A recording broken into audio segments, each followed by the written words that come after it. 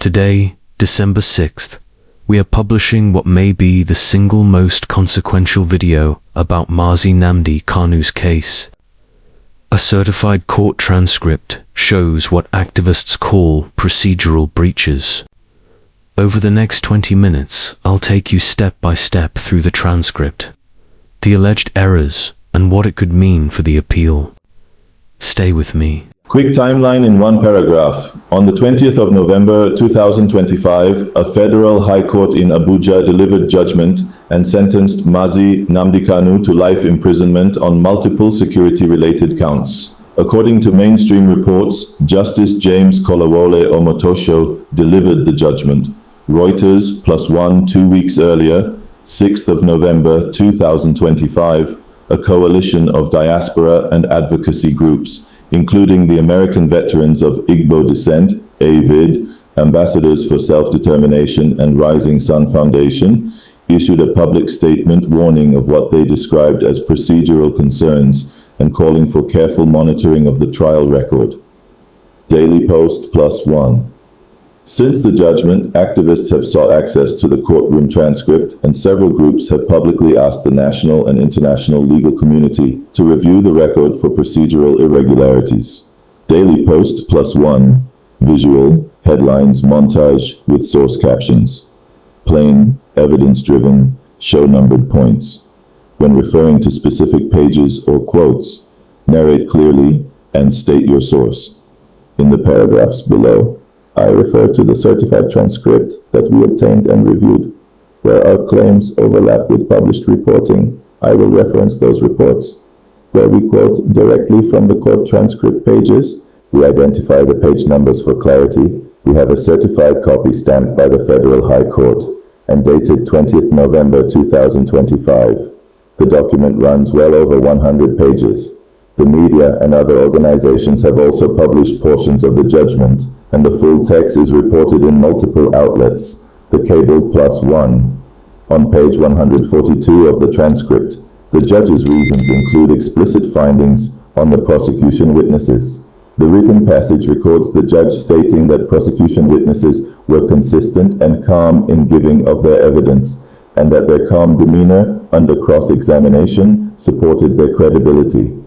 Read a short excerpt on screen as text.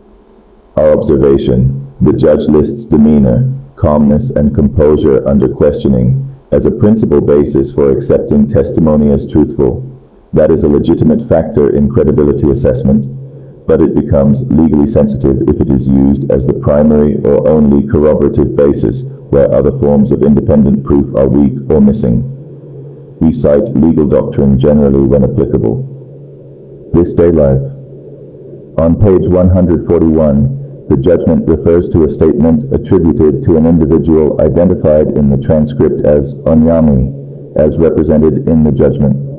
The judge records that PW4 corroborated the defendant's statement by describing an alleged plan and numbers. However, the transcript also records that the individual who supplied that statement was not called as a live witness in court. This is in the judge's own words. Our concern and the activists' concern is this: the court relies on material said to come from an extrajudicial statement, a statement apparently taken in a security agency's custody to corroborate other evidence. Yet that person did not give in-court testimony subject to cross-examination.